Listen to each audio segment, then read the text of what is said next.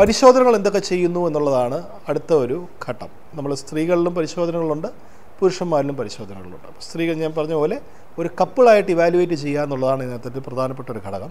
ഹസ്ബൻഡും വൈഫും രണ്ടുപേരും ഒരുമിച്ച് വരുന്നു, ഒരുമിച്ച് സൈമൾട്ടേനിയസ്ലി അവരുടെ ഇൻവെസ്റ്റിഗേഷൻസ് സ്റ്റാർട്ട് ചെയ്യാനും പറ്റും. സ്ത്രീകളെ സംബന്ധിച്ചിടത്തോളം പ്രധാനമായിട്ട് നമ്മൾ നോക്കുന്ന 2-3 ഘടകങ്ങളാണ്. ഒന്ന്, ഒരു സ്കാൻ, ഒരു അൾട്രാസൗണ്ട് സ്കാനിലൂടെ നമുക്ക് യൂട്രസിനകത്ത് എന്തെങ്കിലും പ്രശ്നങ്ങളുണ്ടോ എന്നുള്ളത്, മുഴകളുണ്ടോ എന്നുള്ള കാര്യം അറിയാൻ പറ്റും. സ്കാൻ നോക്കുമ്പോൾ ഓവറികളിൽ കൃത്യമായിട്ട് അണ്ടോൽപാദനം നടക്കുന്നുണ്ടോ എന്നറിയാം. അതുപോലെ തന്നെ എന്തെങ്കിലും സിസ്റ്റോ, ചോക്ലേറ്റ് സിസ്റ്റോ അങ്ങനെ പ്രശ്നമുണ്ടോ എന്ന് നമുക്കറിയാൻ പറ്റും.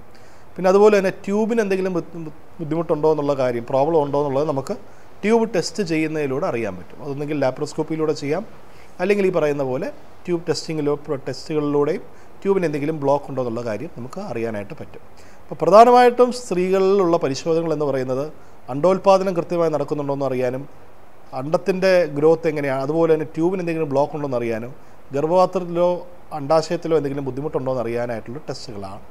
പീരിയഡ്സ് ഇറഗുലറായിട്ടാണ് വരുന്നത്, ക്രമം തെറ്റിയാണ് വരുന്നതെങ്കിൽ ഹോർമോണിൽ എന്തെങ്കിലും തകരാറുണ്ടോ എന്ന് നോക്കാനായിട്ട് തൈറോയിഡ്, പ്രൊലാക്റ്റിൻ ഇങ്ങനെ ബ്ലഡ് ടെസ്റ്റ് ചെക്ക് ചെയ്യുകയും അത് നോർമലാക്കുകയും ചെയ്യുന്നതുള്ളതും വളരെ പ്രധാനപ്പെട്ട ഒരു കാര്യമാണ്. സ്ത്രീകളിലെ പരിശോധനകൾ പോലെ അത്രമാത്രം തന്നെ പ്രാധാന്യം അർഹിക്കുന്നതാണ് പുരുഷന്മാരിലെ പരിശോധനകളും. അതിലേറ്റവും പ്രധാനപ്പെട്ടതെന്ന് പറഞ്ഞാൽ സെമൻ അനാലിസിസ് എന്ന് പറയുന്ന ബീജപരിശോധനയാണ്. ഒരു മിനിമം 3 ദിവസമെങ്കിലും ബന്ധപ്പെടാതിരിക്കുകയും ആ ഒരു ടൈം കഴിഞ്ഞിട്ട് വേണം ബീജം പരിശോധനയ്ക്ക് കൊടുക്കാനായിട്ട്. ബീജം പരിശോധനയ്ക്ക് കൊടുക്കുമ്പോൾ പ്രധാനമായിട്ട് അതിനകത്ത് നോക്കുന്ന ഘടകങ്ങൾ എന്ന് പറഞ്ഞാൽ അതിൻ്റെ വോളിയം എത്രയുണ്ട്, അതിൻ്റെ കൗണ്ട് എങ്ങനെയാണ്, പെർ ml എത്രയാണ് ബീജത്തിൻ്റെ കൗണ്ട്, അതിൻ്റെ ചലനശേഷി എങ്ങനെയാണ്, മോർഫോളജി എങ്ങനെയാണ്, പഴുപ്പിൻ്റെ അംശമുണ്ടോ, ഇങ്ങനെ കുറേ കാര്യങ്ങൾ നമ്മൾ ആ ഒരു ബീജപരിശോധനയിലൂടെ തന്നെ നമുക്കൊരു ഐഡിയ അതിനകത്ത് കിട്ടും. പിന്നെ വേറെ എന്തെങ്കിലും ഹോർമോൺ തകരാറുകളോ വല്ലതും ഉണ്ടെങ്കിൽ മാത്രമാണ് നമ്മളൊരു FSHO, ടെസ്റ്റോസ്റ്ററോൺ അങ്ങനെ ഹോർമോണുകളും കൂടെ ചെക്ക് ചെയ്ത് വേറെ എന്തെങ്കിലും പ്രോബ്ലം ഉണ്ടോ എന്നുള്ള കാര്യം കൂടെ നമുക്കതിനകത്ത് ഇവാലുവേറ്റ് ചെയ്യാൻ പറ്റും.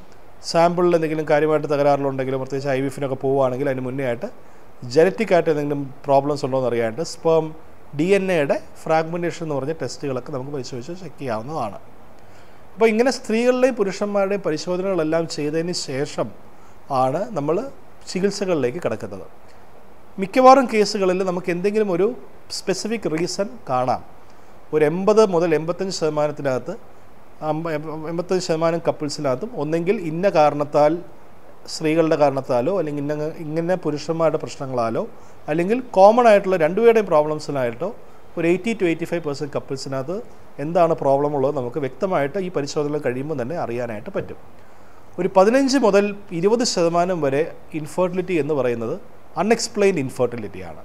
അതായത് പ്രത്യേകിച്ച് കാരണങ്ങളൊന്നും ഇല്ലാണ്ട് തന്നെ വന്ധ്യത ഉണ്ടാകാം.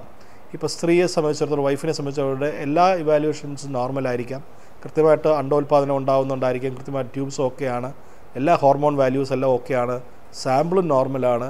ഇങ്ങനെ എല്ലാവരുടെ, സ്ത്രീയുടെ പുരുഷൻ്റെ എല്ലാ പരിശോധനകളും നോർമലാണെങ്കിൽ പോലും ഒരു 15 മുതൽ 20% കേസുകളിൽ അൺഎക്സ്പ്ലെയിൻഡ്, അതായത് പ്രത്യേകിച്ചൊരു കാരണം ഇല്ലാണ്ട് ഇൻഫെർട്ടിലിറ്റി ഉണ്ടാകാം. അപ്പോൾ ഇതെല്ലാം അറിയുകയും ഇതിനെല്ലാം പരിശോധനകൾ പെട്ടെന്ന് ചെയ്താൽ മാത്രമേ നമുക്ക് ട്രീറ്റ്മെൻറ്റ് ഭാഗങ്ങളിലേക്ക് പോകാനായിട്ട് പറ്റുന്നുള്ളൂ.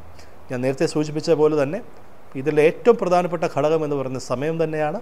എത്രയും പെട്ടെന്ന് ഡോക്ടറെ കാണുകയും എത്രയും പെട്ടെന്ന് ചികിത്സയിലേക്ക് കടന്നു വരുന്നു കഴിഞ്ഞാൽ എത്രയും പെട്ടെന്ന് തന്നെ കൺസീവ് ആകുന്നതിനെ പറ്റിയുള്ള കാര്യങ്ങൾ ചെയ്യാവുന്നതേ ഉള്ളൂ.